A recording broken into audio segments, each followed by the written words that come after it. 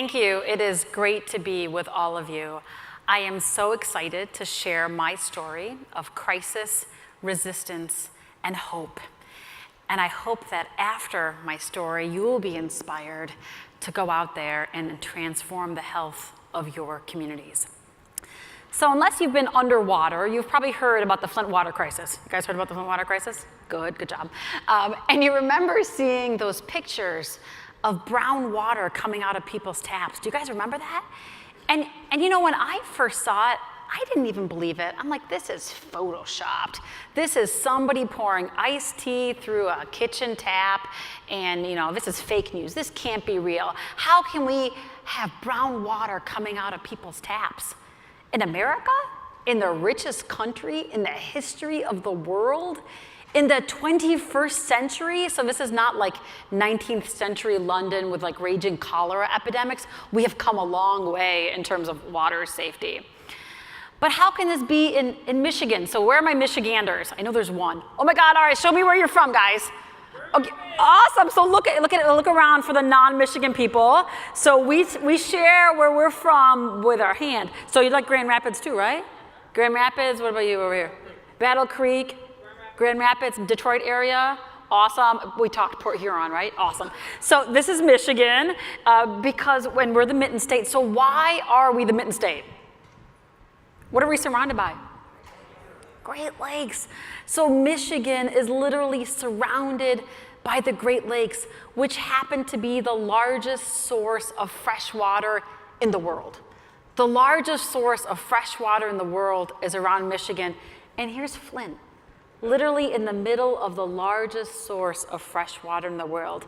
But despite all that, despite being in America, the richest country, but despite being the century we're in, despite being around all this water, there's like rules, right? There's laws and rules and regulations, and there's people who wake up every day to make sure our water is safe, right? You would think. So how did this happen? So just a quick kind of recap of how this happened. So in 2011, Flint lost democracy. We were under state-controlled emergency management. And that emergency manager had one goal, and it was austerity, which means to save money. At no matter what the cost, the goal was to save money. And in 2014, they severed a half-a-century relationship with the Great Lakes, where we were getting fresh, pre-treated water because it was too expensive. And instead, we started drawing water from our local Flint River until a new pipeline was to be built. And right away, the heroic people of Flint raised their voices. They raised their jugs of brown water, and they were being dismissed and denied and attacked. We had bacteria in the water and high levels of chlorine because of the bacteria, and that irritated people's skin and eyes and all of these problems with the water, but we kept hearing that it was okay.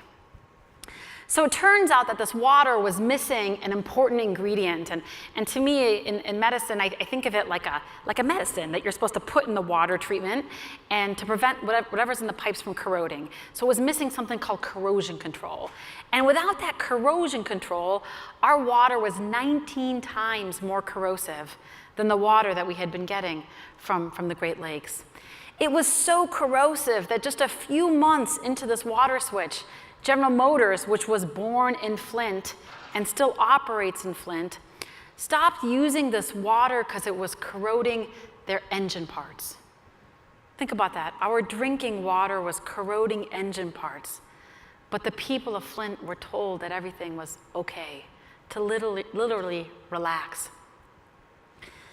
What happened in Flint, the story of Flint, is probably the most emblematic public health and environmental disaster of this young century. It is a story of what happens when the people who are entrusted to keep us safe care more about money and power than they care about us or our children. But there is another side of this story. There is another side of Flint. There is another lesson that needs to be learned, and that is why I am here today. Flint is a story of how we came together and how we fought back, how we resisted. When I heard about the possibility of lead being in the water, I kind of freaked out. As a pediatrician, as someone trained in public health, we know what lead does. It's probably the most well-studied neurotoxins. It impacts cognition, behavior. It alters a child's entire life course trajectory. We now know through incredible science that there is no safe level. And when I heard about that possibility of lead being in our water, I thought about my Flint kids, the kids that, as a physician, I have taken an oath to protect, to stand up for, to be their healer, to be their advocate. And I knew that if I was going to move a mountain, if I was going to transform the health of my community, that I would need data in my pocket. So in a fast-paced, around-the-clock way, we conducted the research to see what was happening in our children, in the blood of our children. And that is all in my book, which came out a few months ago. And Oprah actually put this on her summer reading list, and she said it had the gripping intrigue of a Grisham novel. Like, who knew like medical research could be like such a page turner? Like, we did, right? We all did. We all did. So then I did something that doctors don't usually do, and scientists don't do, and academics don't do. We shared this research, which showed that our children were in harm's way. We shared this research at a press conference. So all my academics in the audience, how do you guys share your research? Peer review process. How long does that take? A couple of years. So we committed an academic no-no. So I actually received a disobedience award from MIT for not going through the peer review process. And that was very hard to explain to my children that I was getting a disobedience award. Go to bed and do your homework. But our children did not have another day. And this is something that I urge more academics and scientists and physicians to do, to get out of your ivory towers, to get out of your clinics, to get out of your classrooms, and to work hand in hand with your communities to make a difference. So we publicly released this research that our children were in harm's way.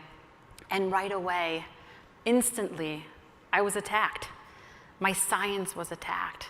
The state said I was wrong, unfortunate, hysterical, that I was splicing and dicing numbers. And for a moment, I believed them. I was scared. I wanted to go back to be my regular, busy pediatrician. What had I done? What was I getting myself into? But I quickly realized that this fight had nothing to do with me. That my research, my numbers, my evidence weren't just numbers. Every single number was a child. It was a child who I had been entrusted to protect. And we fought back with more numbers and more evidence and more science. And it was finally our science and persistence and disobedience that spoke truth to power. And within weeks, we switched back to Great Lakes water. And this is a lesson for all of us who live and often get lost in the world of numbers and big data and reports. What does it mean? What does it represent? Our lives in your hands? What will you do? What will you risk for those lives? How will you transform the health of your community? To this day in Flint, we are still on filtered and bottled water as our damaged lead pipes are being replaced. But we are doing something that hasn't been done before. We are building a model public health program, leaning on the incredible and emerging science of brain development, plasticity, and resilience to buffer the impact of this crisis. And sometimes I say I am writing prescriptions for hope. And it's not just words. It's real, tangible things that we are putting in place to transform the health of our community.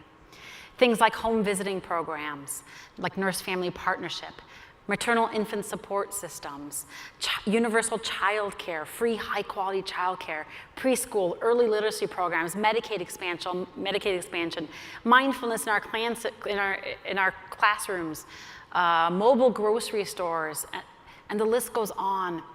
And we're also working on the bigger things, because as a doctor in a community, I understand that it is not just medicine which heals patients. We need to address all the other things which impacts our patients. So we're working on those things like jobs, and economic development and restorative justice and participatory democracy and self-determination. All of these things impact the lives and the life course trajectories of the patients that we take care of. We are doing everything to tip the scales for our kids. And this is where we hope to shine a light on other communities, because Flint is not alone.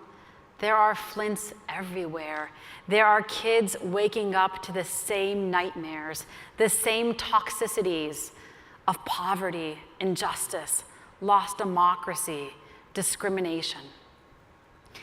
And this gets to my favorite part of the story, and one of the reasons I wrote this book. So the book is called What the Eyes Don't See. And it's very much about Flint, but it is so much more than that. It is about people and places and problems that we choose not to see. But it is a rallying cry for all of us to open our eyes and each other's eyes to these problems, especially those of us who work in health and healthcare. Dig deep, ask questions, find those answers. Like I said, as a physician, I took that oath to protect children. But I challenge you, no matter who you are, or where you are, or what you do, you also took an oath. Kids in Flint, kids everywhere, are counting on you. And only then will we be able to transform the health of our nation. Thank you. Very good. Have a seat. Let's bring the book over. Let's bring the book. Actually, let me have you sit right there. This has been my chair the whole time, so I'm getting very protective. Thank you so much for sharing that. I want to actually go over a couple details about what's happening, just to clarify the story a little bit. So they switched from Great Lakes to the Flint River. But it would seem to me like the Flint River at some point empties into one of the Great Lakes. So why is that water worse? Was it simply because of that anti-corrosive thing that happens in a water treatment plant? Is that the only reason? Would Flint water otherwise have been somehow okay? Great question. So the question was about, like, would the Flint River have been okay if it was treated properly? It probably would have been okay, but it would have been difficult to treat. River water has lower flow. There's more bacteria. There's other issues with river water that make it of poorer quality than lake water. But the most important thing is that it wasn't treated properly. So it was missing this important ingredient, this corrosion control that caused this crisis. So when it was coming in from the Great Lakes, it went through a treatment plant that when it was taken from the Flint River, it bypassed that treatment plant? Yeah, so when the previous water that we had been getting for half a century, we bought it from Detroit. So it was Lake Huron water, treated in Detroit. It came up to Flint. They added maybe a little more chlorine and sent it on its way. But when we moved to the Flint River, we started using the Flint water treatment plant, which was not ready, didn't have the capacity nor the expertise, and that proper treatment was not added. And just a few more details about this, because you noted that the pipes are still damaged and were damaged. That's all the pipes in town that go to people's houses, right? Because it wasn't treated, all those pipes that had carried the Great Lakes water for 50 years suddenly started to corrode. So every pipe in town needs to be fixed? Pretty much. So, before this crisis, and this also speaks to my blindness, I didn't even know that there was lead in plumbing, which speaks to my naiveness, and I've been taking care of kids with lead poisoning for years. So where are those college students? Or you guys remember the elemental symbol for lead? PB. So PB, it comes from the Latin plumbum, which means plumbing. So lead actually means plumbing.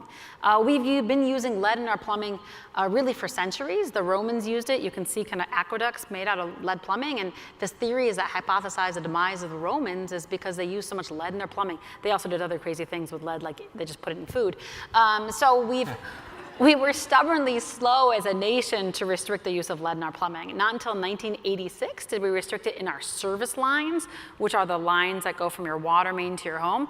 But not until 2014 did we restrict the use of lead in our brass fixtures. So when this very corrosive water flowed through this aging distribution system that had a lot of lead in the plumbing, it ate up those pipes. The folks at the EPA actually said it was like drinking through a lead-painted straw, and you never knew when a piece of lead scale was going to come off and into the drinking water. So even though you've switched back to Great Lakes water, that water is still flowing through bad pipes. Yeah. Ergo, the people of Flint still don't have clean water. Yeah, so the main reason that people are still on the recommendation to use bottled water and filtered water is because of that pipe replacement. Flint is doing this massive project of replacing those damaged lead pipes, which is really amazing. There's only 2 other cities in the nation that have replaced their lead pipes: Lansing, Michigan, and Madison, Wisconsin. So Flint will be the 3rd. When you do this infrastructure earth-moving work, you displace the lead scale that's underneath, and that puts you more at risk for lead release. But by and large, our water quality has drastically improved. But is the Flint water crisis still going on? Absolutely, it is still going on. People to this day wake up, they brush their teeth with bottled water, they make their coffee with bottled water, they cook their food with bottled water, they mix their baby's formula with bottled water. And this is a city that has the highest poverty rate in the country, and the state just cut off bottled water supply. So it's a struggle to make those daily fundamental needs met. Why did they cut off? Why did they cut off? Wait a minute, so they still need the bottled water, but the state, are you saying the state isn't paying for the bottled water? The state is not paying for the bottled water anymore. When will this be fixed? When will the pipes all be fixed? By 2020, which is unprecedented. No other city that's had their lead pipes replaced has done it in that short of a period, but it's still a long time. So that's very much the water issue, and for the children, it's also very much of a long-term issue. And our work, my everyday, as the director of this pediatric public health initiative, which we've built in Flint, and the message of this book is that we're not going to see the long-term consequences because of all the proactive and positive work that we're doing right now for our children's development. Is the city still under state control? The city's government? They recently gave back power to the mayor, but it is still very under capacity. And the final just detail question is that you had mentioned at one point a new pipeline had to be built. Do we still have to build that new pipeline? The new pipeline was built, and it services the rest of the county, but not the city of Flint. Okay, so thank you for all of that clarifying, because I think it helps bring us up to date. This seems like, with what you're talking about, now you're doing the public health work, now you're doing this massive infrastructure project, which frankly you could argue most communities in the country probably need. Absolutely. We think our roads and our bridges are bad. What's underneath it is even worse. Philadelphia just had a water main break. They dug it up. It was made of a tree log. It was put in when Calvin Coolidge was president. I mean, it is a national problem, our lack of investment in infrastructure, which impacts health. So even Rochester here with Mayo Clinic probably could use some new pipes under the ground, but it's not happening. And I'm not saying that as a moment of criticism. I'm saying that this transformation that's happening both just on the infrastructure construction side, but then also the efforts you're doing on the public health side seem forced. It was a forced transformation. It's reactive, it's not proactive. That's a better way. And that's the story of public health and crises. We tend to react and we don't make the investments beforehand to prevent these issues. Nobody at this conference until now has talked about whether we transform health and medicine proactively or reactively. I think the assumption on a lot of these talks was that we're going to try to do it proactively. We're going to try to do it ahead of time. Do you think that's possible?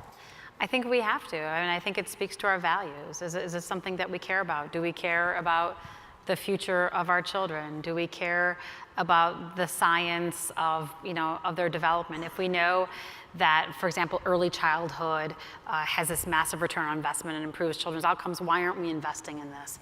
So it's unfortunate because there's a lot of amazing science out there that has not been translated to policies. What was the moment and then I'll get to some of the audience questions. So you talk about the toxicity of poverty. People are drinking from lead pipes all across this country. We could probably find some measurements in other communities, potentially, probably even here in Minnesota, where similar Flint-like things are happening. Yeah, Milwaukee's had significant issues. Yep. Milwaukee has some issues.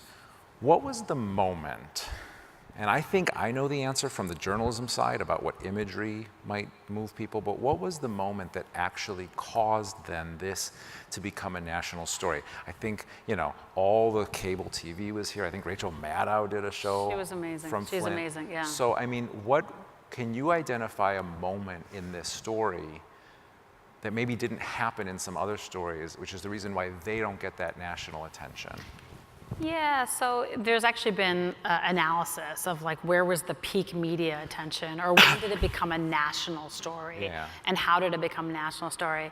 And it really points to my press conference. So before my press conference, this was very much a local story. And there was amazing investigative, the role of the media was incredible, lots of investigative reporting, but it hadn't really broken past that.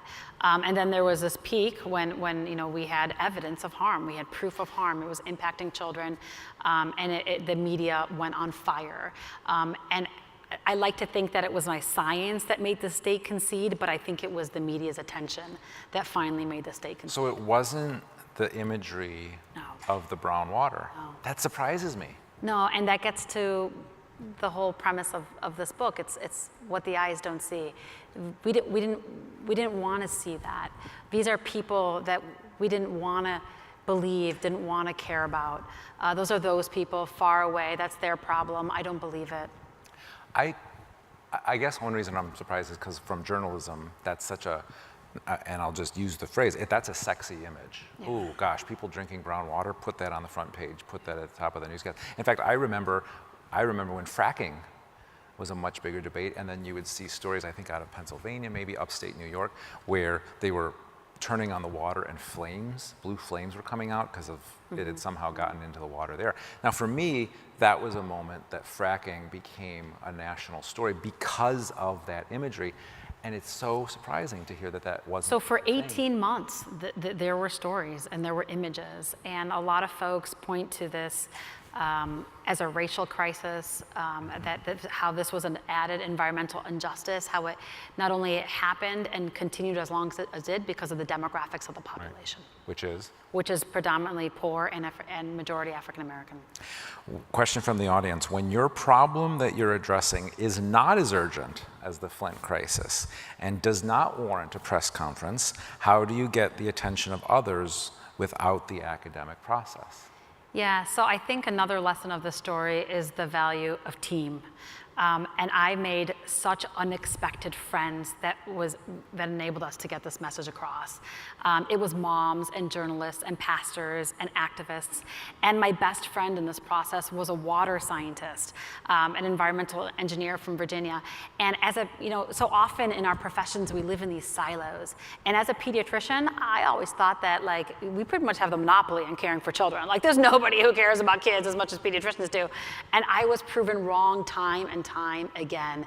And there was an engineer from a different state who looked different than me, voted different than me, that cared about kids probably more than I did. So find your village, find folks out there, build a team, build a team of different people, and then your message will be stronger. So you're the monster because you care the least as a pediatrician, is what you're saying. How do you continue a fight when the crisis persists for so long? There is more than enough energy for a day or two long emergency. There's more than enough energy in the world, frankly, for the acute response to natural disasters, for example. But when it then goes for 3 or 4 months or years, how do you keep the momentum? And frankly, how do you not then, or maybe you just are, prevent that fatigue? Yeah, coffee. No. Made with water, right? There's a problem. So that was one of the reasons that I started writing this book about 2 years ago, because I wanted a way to put a spotlight back on Flint. I knew that it would fade from the national media, and rightly it should. We have some crazy stories right now, but we needed a way to put that spotlight back on.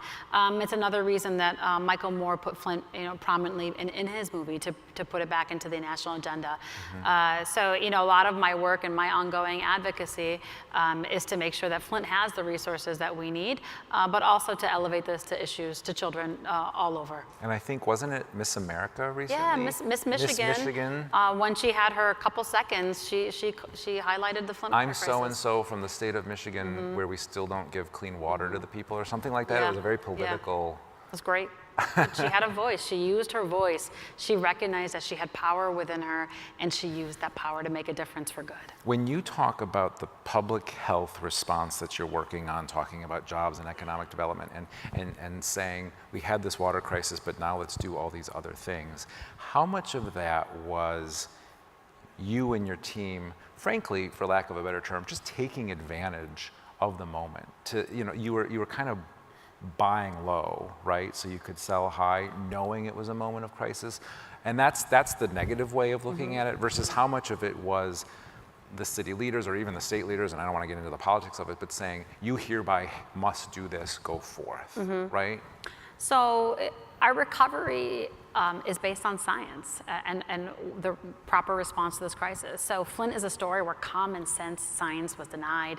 Ultimately, it was the science that spoke truth to power, and we are leaning on the science of child development in terms of what to do next. So we have framed this water crisis, and it's not just a lead crisis. We had one of the largest outbreaks of Legionnaire's disease. People died. There's homicide charges against officials, skin issues, but it was also just a community-wide trauma. People were betrayed, and they're angry, and they feel guilty, and they're stressed, and just those emotions in and of themselves are toxic. And there's this growing concept in pediatrics and public health of toxic stress. So we already had so many of these toxicities, and then this was an added toxic stress. And then when you frame it that way, there's a playbook of interventions. And the interventions are supporting children and families and putting in the policies that need to be put in place to make sure they succeed. And these are all science-based interventions. But the genius is that this is not what Flint kids need. These are things that kids need everywhere. Right. So we have framed it as this response to this crisis, and this is what needs to be done because these are the evidence-based interventions that promote children's development. When a kid walks into my clinic, the strongest medication that I can prescribe are living wage jobs for their parents because we know that the impact of poverty. We know that poverty makes children's brains smaller. So it's taking this wider lens and trying to address all of these social determinants of health. But then how does the team, say in Rochester, who wants to do the same for kids here in Rochester, do the same thing without having a crisis? Yeah, so that science is there, and that science is emerging and it's growing, and there's an increased recognition of the need to implement that science for children's development. And I think that's what we're trying to lend to these other communities. That yeah, we had this crisis, but this crisis is just like the crisis that you're having. It may not be getting the headlines, but a 40% poverty for your children is the same, will have the same kind of impact. And not having any grocery stores in your city, that's a problem. And not having safe places to play, and incarcerated parents. We know the consequences of all of these things on children's development. Very generally, was your research simply drawing blood from everybody? I mean, what was it? Yeah, so the research was probably the easiest research project I've ever done in my life. It was retrospective. We, as pediatricians, screen children at the ages of 1 and 2, high-risk kids, especially kids on Medicaid. We screen them for lead levels. And we screen them because lead is asymptomatic. Our eyes don't see lead poisoning. So children are screened, and really unethically, they're used as detectors of environmental contamination because once we pick it up in a child, it just tells us there's something wrong in the environment, and we investigate the environment, but for the child, it's essentially too late. So we just went back in time, and we looked at children's blood lead levels before the water switched to after the water switched. And what we saw was an increase in the percentage of kids with elevated lead levels. And we also very much knew that this was an underestimation of exposure because kids weren't being screened very much, and they weren't being screened at the same ages of the highest risk of lead and water exposure. So why didn't you need a peer review? I know that time is one answer, but from the medical research side of things, why didn't you need a peer review? Sure, so it was published. So it was published in the American Journal of Public Okay. Health, and it was one of the most kind of downloaded articles that they've ever had. But that takes a long time. And when we had the results of that data, we literally could not wait another day.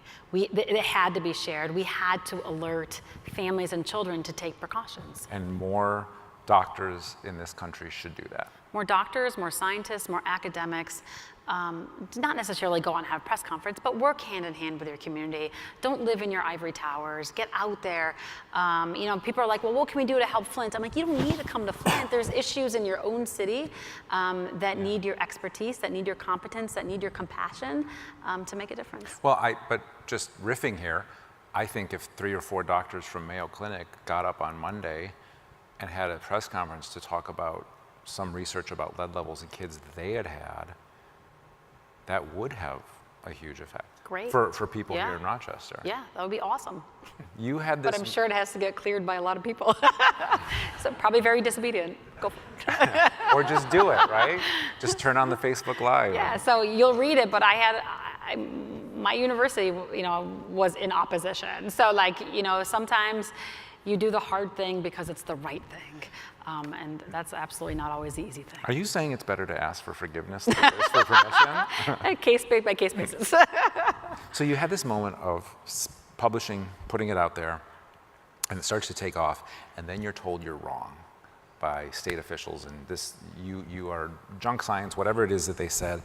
And I want to go. You're a quack. I want to go. Hysterical, which is great. It's very sexist. Because well, yeah, and because we've all had that moment of maybe deleting a tweet, maybe deleting a Facebook post because we thought, I think I was wrong, or someone points out that you're wrong. And so we've all done that on a very small, minor scale. Take me through the 5 minutes or the 10 minutes or the however long it was when you realized you were being called horrible things, that you were wrong.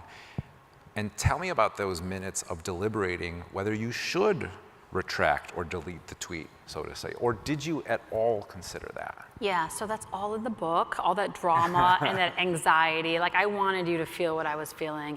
Because what if you told somebody something was wrong and the health of your community was in harm's way and nobody believed you? You need to feel that. And I knew there was gonna be pushback because everybody else in the story had gotten attacked, but nobody can prepare you for the entire machinery of the state going after you and telling you you're wrong. So I was literally, I felt sick. I had just gotten a Fitbit right before this. My heart rate was close to 200. I was jittery. Really? I felt sick. I literally was under the sheets. I'm like, what the heck? With profanity. I'm like, what did I do? What have I done? But that lasted a little bit because there was no other way. I often say it was a choiceless choice.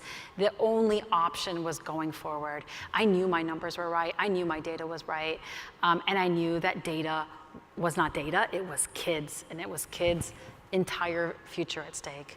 I want to stay on this for one more second because I think that there are moments in all of our lives when we are faced with that doubt. Even though our guts tell us we're right, trust your gut. External forces are telling us we're wrong, and we go under the bed covers. Are you able to encapsulate what it was that allowed you to take the bed covers off, get out of bed, and say, you know what? I am right, and I am standing by my gun. It was the kids. It was every single ear I had looked into, every heart that I had listened to, every hand that I held. It was the children. It was the children that got me out of bed and put me back in this fight. Is there a fund that we as privileged people can donate to help provide bottled water to the families in Flint? Sure. So flintkids.org is where it's the Flint Child Health and Development Fund. It's our Tomorrow Fund. Part of the proceeds of this book also go to the Flint Kids Fund. That's what's funding, for example, our breastfeeding programs and our literacy programs and nutrition support and all these home visiting programs and what have you. Here's an interesting question. I'm not sure I'm reading this correctly, but how do you keep the focus on the primary causes and issues? And I think in this case it would be lead poisoning. I think I'm thinking this out. And avoid the problem of becoming muddied and all-inclusive of other societal problems? Does that question make sense, or do you want to edit that? So, I think you kind of have to be aware of all the other problems that impact the lives of the patients that you're treating, because then otherwise we are very myopic. So people are like, why are you talking to the Chamber of Commerce? I'm like, we need good jobs for our families. They're like, but why do you talk about the history of Flint and its legacy of being the birthplace of General Motors and all this stuff? I'm like, well, it's important to know the history of places. Well, why do you have a whole chapter about, or talk about blockbusting and redlining and the racism that caused modern day Flint? I'm like, you need to know this. But you didn't talk about historical trauma or redlining in that press conference. No, of course not. That press conference was about the lead and the acute issues of the water. But to understand systems and to move towards solutions, we need to have this broad perspective. We walk through complex systems every day. And if we don't understand those histories and what brought us to that point, our success is at risk, and we fail repeating those very same mistakes. Has the need for bottled water led to other health problems? Yes. Because we're on bottled water, we don't have as much fluoride, so we're worried about dental caries. But we're doing a lot of fluoride varnish issues to protect children's teeth.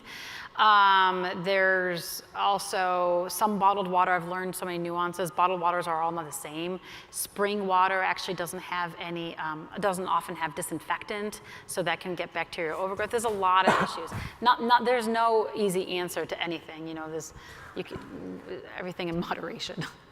If everything goes right or well,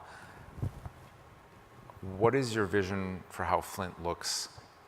Let's first of all start in 2020, when theoretically all those pipes will be fixed. What else will have happened, and how will Flint look? Yeah, so we'll be able to tell you how Flint is doing, because we've just been funded by CDC to build a Flint registry for everybody exposed to the crisis, not to do that, not just for the long-term tracking, it's to get people connected to all these resources that we've been able to bring in, and then to follow them over time. So this registry will really be that data-driven way of sharing how Flint is doing.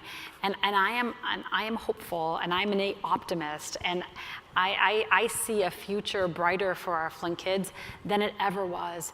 And this crisis was on decades of crisis. Like, Flint had suffered from decades of disinvestment, unemployment, poverty, crumbling schools, population loss, racism, you name it. Flint had every disparity even before this, so much so that a child born in Flint had a 15-year less life expectancy than a child in an adjacent neighboring zip code. And this is not unique to Flint. We have communities all across the country where the zip code of birth predicts your entire life course trajectory. So we've had a lot of issues, but what we've been able to do is draw attention to those, invest in those, and then really, with my academic data-driven hat, we hope to share what we've been able to do so that we can help other communities. Isn't it frustrating, though, that you would have never gotten that registry, and the problem still would have been there with your high poverty population if this water crisis hadn't happened? Yeah, it's unjust. We shouldn't have a crisis to draw attention to these issues. These issues are right outside our front doors. The book is called What the Eyes Don't See. If Oprah likes it, I guess I do too. Dr. Mona Hanna-Attisha, thank you so much. Thank you, guys. Thank you.